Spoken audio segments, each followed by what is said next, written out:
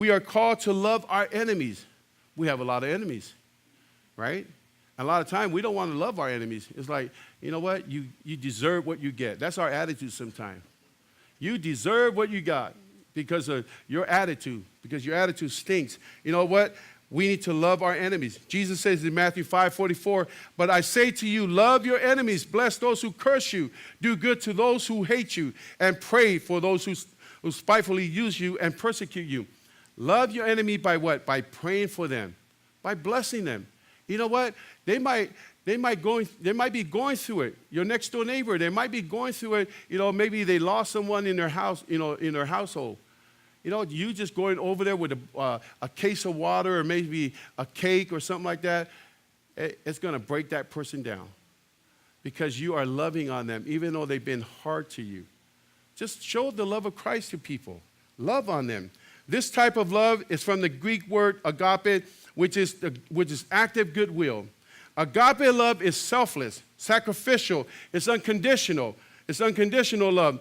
Agape love perfectly describes the kind of love that Jesus Christ has for his Father and also for his followers. Now think about the word agape is unconditional love. It's not conditional on what we do for each other. A lot of time, you know, well, if you do this for me, I'll do that for you. That's not what love is. Love is that you sacrifice everything. You sacrifice everything for that brother or that sister. You know, you know, it's 2 o'clock in the morning. You have to go to and take food for somebody's house. Get up and go do it. That's sacrificial love. You're doing what God has called you to do. Even if it's 4 o'clock in the morning and you need to go to get somebody out of the hospital. Get what? Guess what? Go and do it. You're showing people love, loving one another. You're not doing it because, you know, if I do this for this person at 5 o'clock in the morning, guess what? He better wake up when I call him at 5 o'clock in the morning. That's condition. It's unconditional love. It's sacrificial. It's selfless. You're giving of yourself. This type of love does not come naturally. We must be taught of it.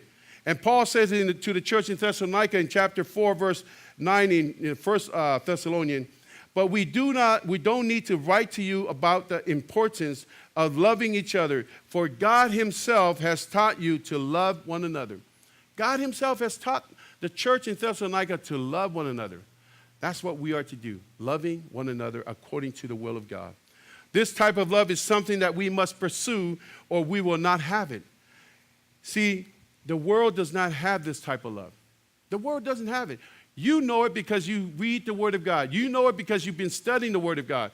And so greater love has no one in this than to lay down one's life for his friend in John chapter 15, verse 13. Greater love. That's the love that God has given to us, that he laid down his life for whom? For us. That while we were yet sinners, that he died on a cross for our sin. That's greater love, that he's willing to give sacrificially, you know, unconditionally.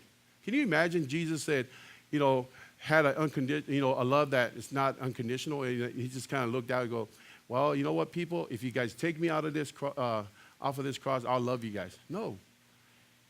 He carried everything, the sin that we have, with him in his body, and he hung on that cross and he suffered and he never said a thing.